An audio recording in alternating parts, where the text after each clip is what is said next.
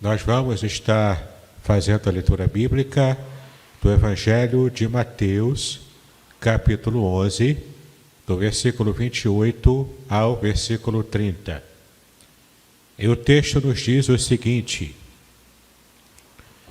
Vinde a mim, todos os que estáis cansados e oprimidos, e eu vos aliviarei.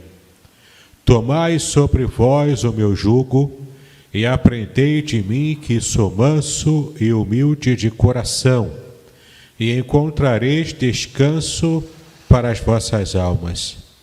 Porque o meu jugo é suave e o meu fardo é leve. Eu vou ler novamente.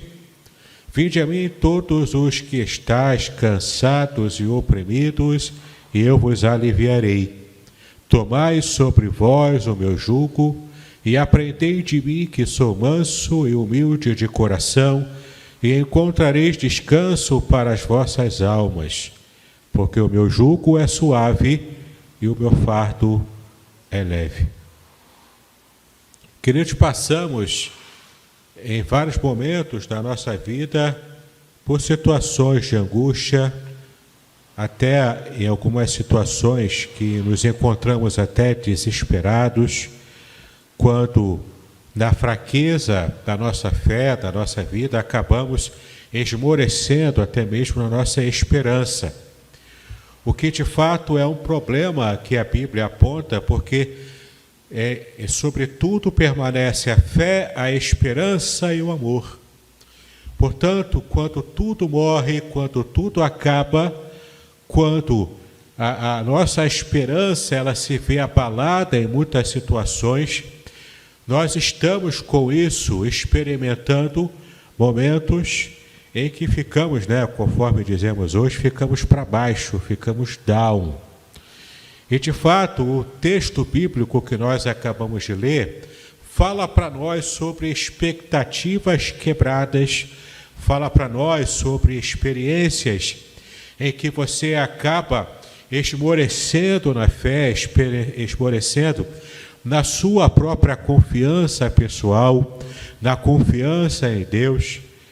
E muitas pessoas acham que para que você possa se fortalecer, e essa é a tônica, essa é a palavra em geral, que as pessoas que não conhecem a palavra de Deus acabam enfatizando, de que a tônica principal para que você esteja passando por cima das situações da vida e está realmente sendo vencedor, é que você precisa encontrar a força no seu próprio interior, você precisa encontrar a sua própria força em si próprio, porque dentro de você está toda a sua carga emocional necessária para que você seja vitorioso, para que você seja vitoriosa.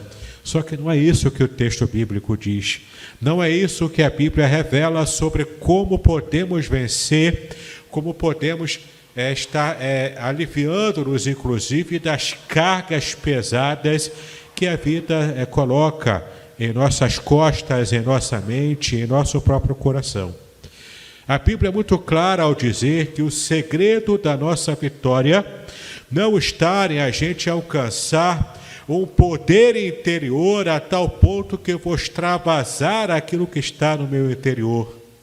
Só que o problema é que muitas vezes o que está no meu interior, na maioria das vezes, está corrompido, está contaminado. E nem sempre é possível que eu consiga encontrar forças em mim mesmo para alcançar a vitória sobre as sobrecargas da vida.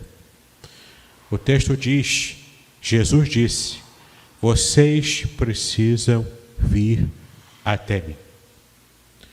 Portanto, o segredo da nossa vitória, o segredo do nosso descanso, o segredo daquilo que nos traz alívio da carga da vida, está quando nós reconhecemos a nossa pequenez, está quando humildemente reconhecemos que não temos a força em nós mesmos, mas reconhecemos essa força ela é externa a mim.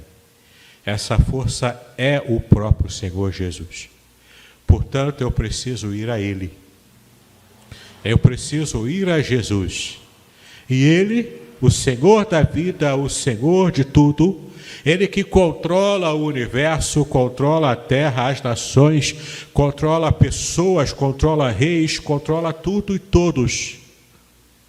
Ele então se apresenta como aquele que pode trazer o alívio de uma carga pesada que eu tenho carregado ao longo da minha vida. Na época do primeiro século, na época de Jesus, o judeu lá que vivia na Palestina naquele período, ele tinha diversos pontos de tensão.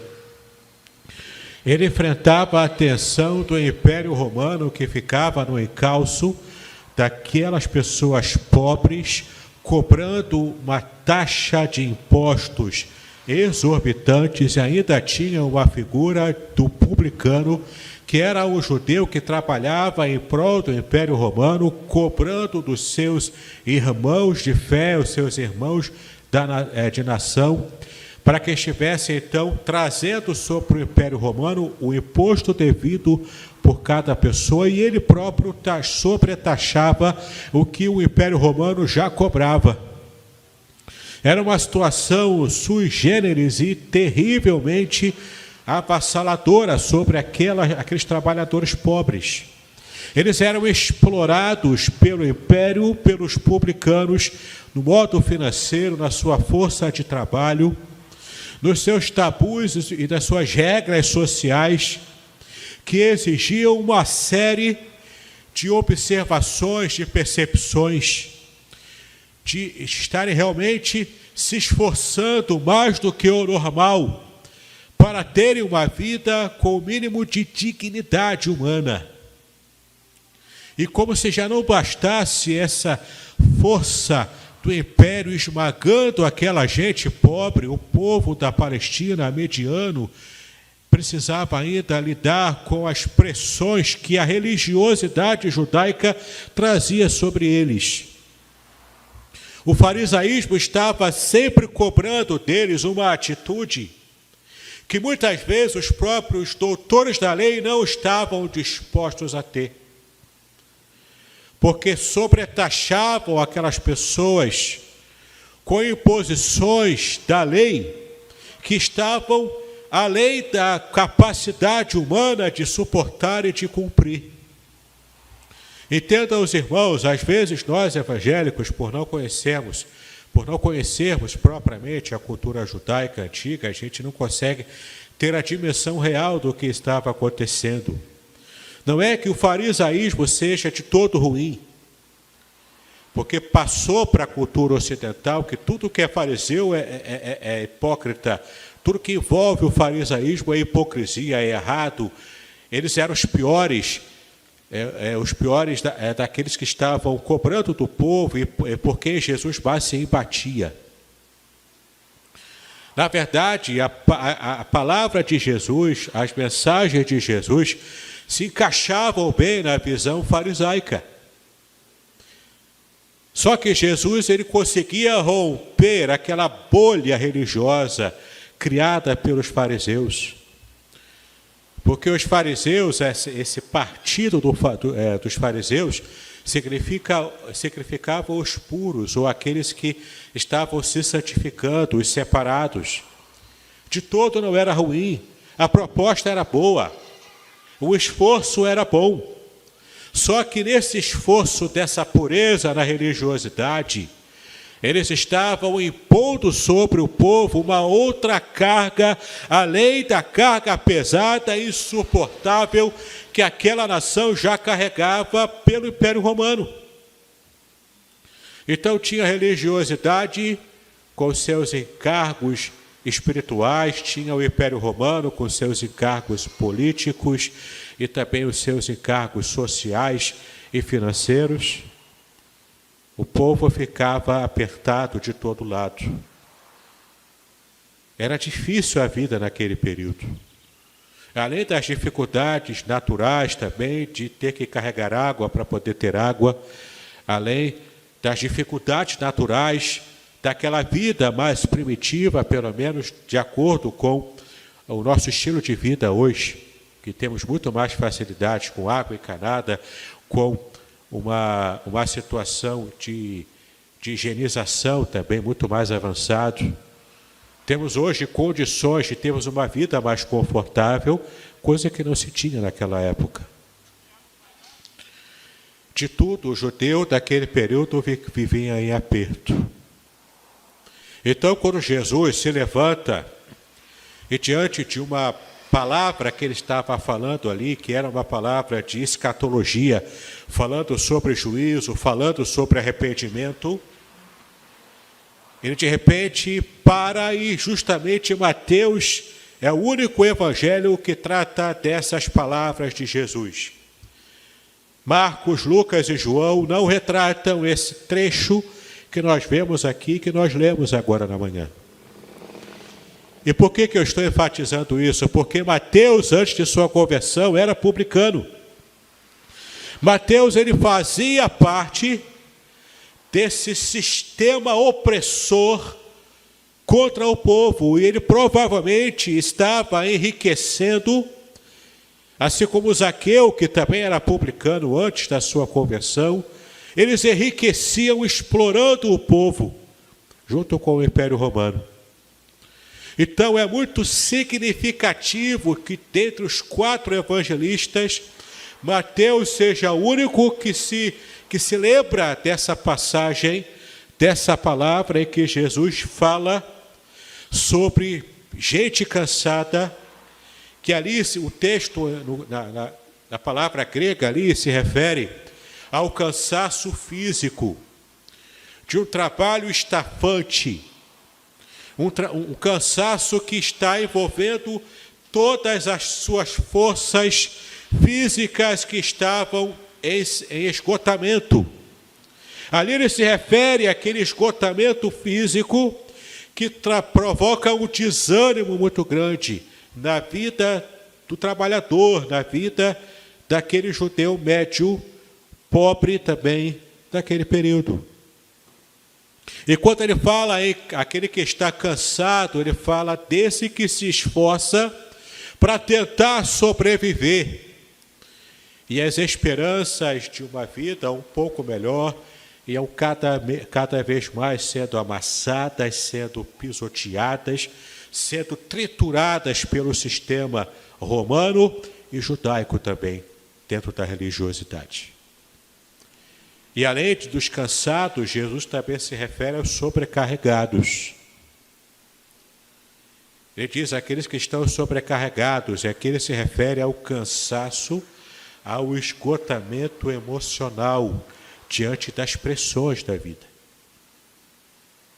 Porque o ser humano ele também se sente esmagado, oprimido em sua psique, nas suas emoções, na sua saúde emocional. E todo o contingente à sua volta está contribuindo para esse esmagamento psíquico do ser humano. E hoje enfrentamos e damos nomes bonitos a isso, né? Falamos da síndrome de burnout, que é aquela síndrome em que o esgotamento emocional afeta as emoções a tal ponto de se tornar patológico, e então se torna uma depressão, e então se torna um esgotamento que começa na psique e invade toda a força física, inclusive do ser humano, e a gente fica prostrado. A gente fica down, fica para baixo. Vinde a mim. A força que você precisa ter para vencer esse esgotamento, seja físico, seja emocional, seja espiritual, essa força está externa a você. Tem uma fonte de bênção, tem uma fonte de descanso. E essa fonte é o Senhor Jesus. Então precisamos ir a Ele. Precisamos estar indo ao encontro do Senhor. E o Senhor Jesus, nesse texto, ele fala de uma metáfora muito bonita.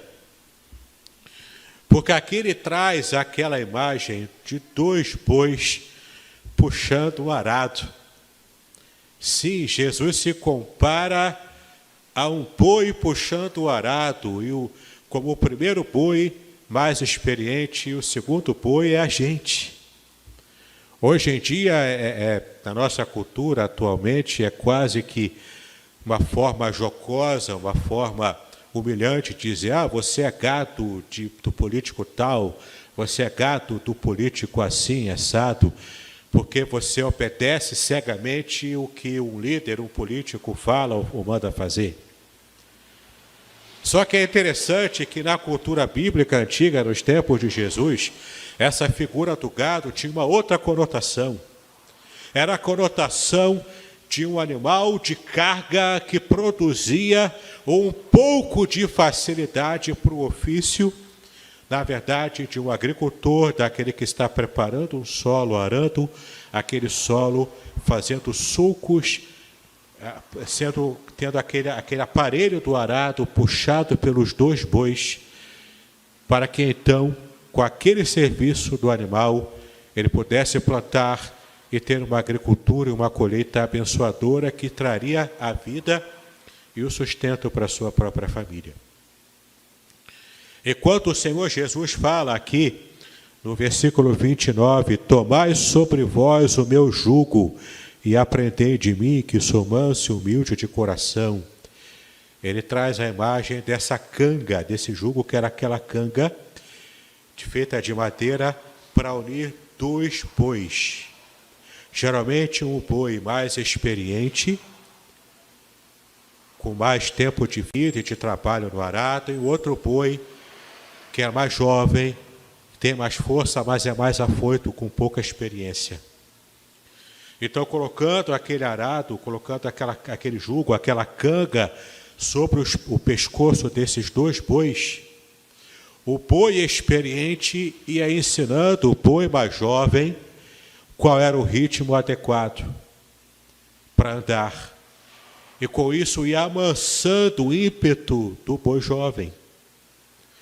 O boi mais velho, portanto, mais experiente, ele ia dando o tom para o boi jovem de como arrastar aquele arado para que o seu patrão, para que o seu dono pudesse ficar feliz e pudesse então ter uma plantação e uma aragem, uma cultura depois muito mais abençoada. Era a garantia da subsistência dos bois, assim como a garantia da subsistência do dono dos bois e de quem estava usando ali aquele serviço, aquele trabalho para arar o solo. O que Jesus está dizendo com essa imagem? Ele é o boi mais experiente. Nós somos os bois inexperientes, que estamos unidos à mesma canga que Jesus está. Jesus, enquanto Filho de Deus, como o próprio Deus encarnado, ele assume a experiência humana, a forma humana, a natureza humana. E junto com a gente que estávamos carregando como um boi que carrega sozinho a canga de um arado e é pesado demais para aquele boi, Jesus então se apresenta como o boi mais experiente, que está junto conosco carregando naquele jugo o arado pesado, e por ele ser mais experiente, ele alivia o peso de nós que somos inexperientes. É o Senhor Jesus estando conosco no nosso ambiente, na nossa experiência, na nossa luta diária, na nossa sobrecarga, trazendo alívio. E como o texto aqui traduz como descanso, a gente pode ter uma noção errada do que o texto realmente quer dizer. Porque nós pensamos em descanso como ficar de papo para cima, bebendo suquinho debaixo de sobre água fresca, curtindo as férias numa praia. Para quem tem grana aí, paga um iate, paga algum tipo de viagem até internacional e fica lá durante o tempo sem fazer nada, só curtindo as férias. Não é essa a ideia que o texto diz. Embora esteja traduzido em português como descanso, e de fato é isso que o texto grego apresenta, mas a ideia bíblica do descanso não é você ficar improdutivo durante o período em que você não está oficialmente trabalhando. Entenda, quando recebemos o mesmo jugo que o Senhor Jesus, o trabalho continua, só que há alívio. Há alívio do peso do trabalho. A frutificação precisa continuar. Você precisa continuar produzindo para que você esteja agradando o coração de Deus. A produção espiritual da nossa vida, ela é contínua, ela não para. Mesmo após, quando estivermos com Cristo nos céus, por toda a eternidade, você realmente acha que a sua função na eternidade é ficar pulando de nuvem em nuvem, tocando a harpinha e ficando eternamente cantando no coral celestial, e só isso? Nós vamos servir ao Senhor por toda a eternidade. Só que esse serviço que nós vamos prestar ao nosso Senhor por toda a eternidade não vai ser pesado como é pesado hoje. Estamos enfrentando perseguição, estamos enfrentando lutas, estamos enfrentando preconceito contra a fé cristã. Tudo isso vai ser passado. O choro, a angústia, a decepção, a sobrecarga no trabalho, tudo isso será passado. Mas não vamos ficar improdutivos na eternidade. Nossa produção, ela será constante e permanente. O próprio Jesus disse: o meu Pai trabalha até agora e eu também. O trabalho não cessa. O descanso aqui é nesse sentido de recebermos alívio do peso excessivo. Mas continuaremos produzindo e produzindo e produzindo para a glória de Deus, para a bênção das pessoas, para a bênção das nações, cumprindo a vontade de Deus por toda a eternidade. Então ele diz aqui de modo muito claro para a gente: tomai sobre vós o meu jugo e aprendei de mim, que sou manso e humilde de coração. Eu sou mais experiente, eu tenho mansidão no meu trato com as pessoas, eu trato com cuidado, eu trato com gentileza, eu trato com carinho. E também tenho um coração humilde, ou seja, um coração dependente de Deus. Eu não tenho um coração arrogante, eu não tenho um coração em que você precisa escolher palavras para falar comigo, porque se você me desagradar, eu viro um bicho na sua frente. Eu mostro a minha carranca de raiva. Jesus disse: não, eu sou diferente dessa visão de um patrão normal que vocês conhecem. Eu sou gentil, eu sou carinhoso, eu não sou arrogante, eu sou humilde, porque toda a vida humana de Jesus, ele apresenta a sua dependência total de Deus em todas as circunstâncias da sua vida. É sempre o Pai em primeiro lugar. É sempre a vontade do Pai em primeiro lugar. Aprendei de mim, que sou manso e humilde de coração. Nessa imagem da canga, os dois bois, o mais experiente ensinando o mais jovem. E encontrareis descanso, alívio para as vossas almas, para as vossas vidas. Como um todo, alívio físico, emocional, alívio em todos os sentidos. Versículo 30, fechamos aqui dizendo: porque o meu jugo é suave e o meu fardo é leve. Queridos, precisamos de descanso espiritual. Para isso precisamos ir a Jesus. Precisamos estar unidos ao Senhor Jesus. Ele é o melhor patrão que podemos ter. Ele é o melhor chefe, o melhor líder que podemos ter. Quando fazemos isso, estamos nos unindo a quem de fato faz a diferença no nosso estilo de vida. Você olha ao seu redor hoje, você só vê gatilhos que vão trazer sobrecarga para a sua vida. Não sei se já perceberam, mas quanto mais tecnológico fica o mundo, mais sobrecarga de trabalho temos. Isso tudo traz peso à nossa existência.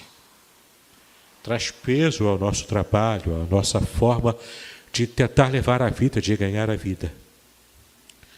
Cristo hoje está dizendo para você: venha até mim. venha até mim. Você vai continuar produtivo. Você vai continuar feliz em produzir. Mas vai ser mais leve do que está sendo agora. Precisamos estar com Cristo. Sem Jesus não há alívio da sobrecarga que o sistema impõe contra a nossa vida.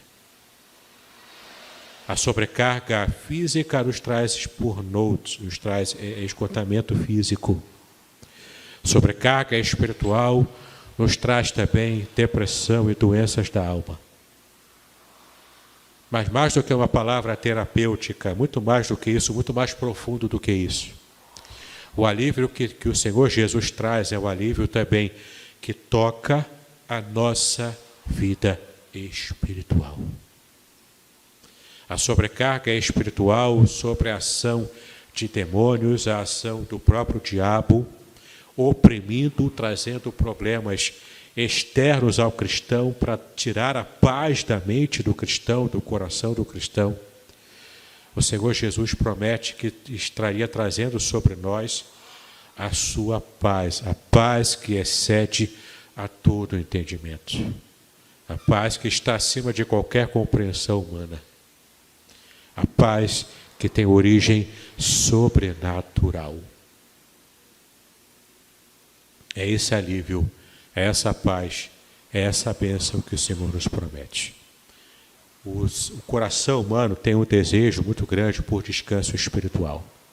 Lamentações de Jeremias, capítulo 5, 19 e 22, diz: Tu, Senhor, reinas eternamente, e o teu trono subsiste de geração em geração. Por que te esquecerias de nós para sempre? Por que nos desampararias por tanto tempo? Converte-nos a ti, Senhor, e seremos convertidos. Renova os nossos dias como dantes. Por que nos rejeitarias totalmente? Por que te enfurecerias sobremaneira contra nós outros? Veja o clamor daquele que estava enfrentando a situação do cativeiro, que conhecia o Senhor, que amava o Senhor, mas que tinha um coração duplo. E então estava clamando porque ele desejava de descanso espiritual frente às situações da sua vida. Em Jeremias capítulo 6, versículo 16, o mesmo profeta, ele diz: Assim diz o Senhor, ponde-vos à margem do caminho e vede, perguntai nela pelas veredas antigas. Aqui ele fala de restauração do caminho antigo. Qual é o bom caminho? Andai por ele e achareis descanso para a vossa alma. Mas eles dizem, não andaremos. O coração humano, o pecador, ele é teimoso. E embora o Senhor demonstre, você vai ser feliz, vai ter descanso, vai ter alívio, se você andar pelos valores cristãos, pelos valores da palavra de Deus, nós teimamos em abraçar valores anticristãos. E muitas vezes queremos travestir esses valores anticristãos com aquela roupagem estética, parecendo o cristianismo, mas não é. Não é a palavra daquilo que o Senhor nos ensinou. E quando fazemos isso, estamos trazendo problemas e sobrecargas sobre a nossa própria vida. As promessas de Deus também nos ajudam a ter descanso. Isaías 40, de 28 a 31, nós lemos: Não sabes, não ouvistes que o eterno Deus, o Senhor, o Criador dos fins da terra, nem se cansa e nem se fadiga? Não se pode esquadrinhar o seu entendimento. Ele faz forte ao cansado e multiplica as forças ao que não tem nenhum vigor. Os jovens se cansam e se fadigam, e os moços de exaustos caem. Mas os que esperam no Senhor renovam as suas forças. Sobem com asas como águias, correm e não se cansam, caminham e não se fadigam. Glórias sejam dadas ao nosso Deus, que renova as nossas forças. Ainda vemos na palavra que confiar em Deus como o antídoto para a ansiedade e a tristeza do que enfrentamos na sobrecarga da vida. Mateus capítulo 6, versículos de 25 a 27. Por isso vos digo, não andeis ansiosos pela vossa vida, quanto ao que haveis de comer ou de beber, nem pelo vosso corpo, quanto ao que haveis de vestir. Não é a vida mais do que o alimento e o corpo mais do que as vestes? Observai as aves do céu, não semeiam, não colhem, nem ajuntam em celeiros, contudo vosso Pai Celeste as sustenta. Porventura não valeis vós muito mais do que as aves? Qual de vós, por ansioso que esteja, pode acrescentar um côvado ao curso da sua vida? A palavra confiança, a palavra aqui é completa entrega na presença de Deus. E por fim, a provisão de Deus para o descanso, como está em Jeremias 31, versículo 25, que diz: porque satisfiz a alma cansada e saciei a toda a alma desfalecida. Em todo o cansaço que temos, seja emocional, físico, espiritual, o Senhor promete e o Senhor cumpre, porque Ele pode trazer alívio a cada um de nós. Que possamos nos achegar ao Senhor Jesus. Ele é a promessa de Deus de alívio para toda a sobrecarga que enfrentamos ao longo da nossa vida. Que Deus possa nos abençoar em nome do Senhor Jesus Cristo.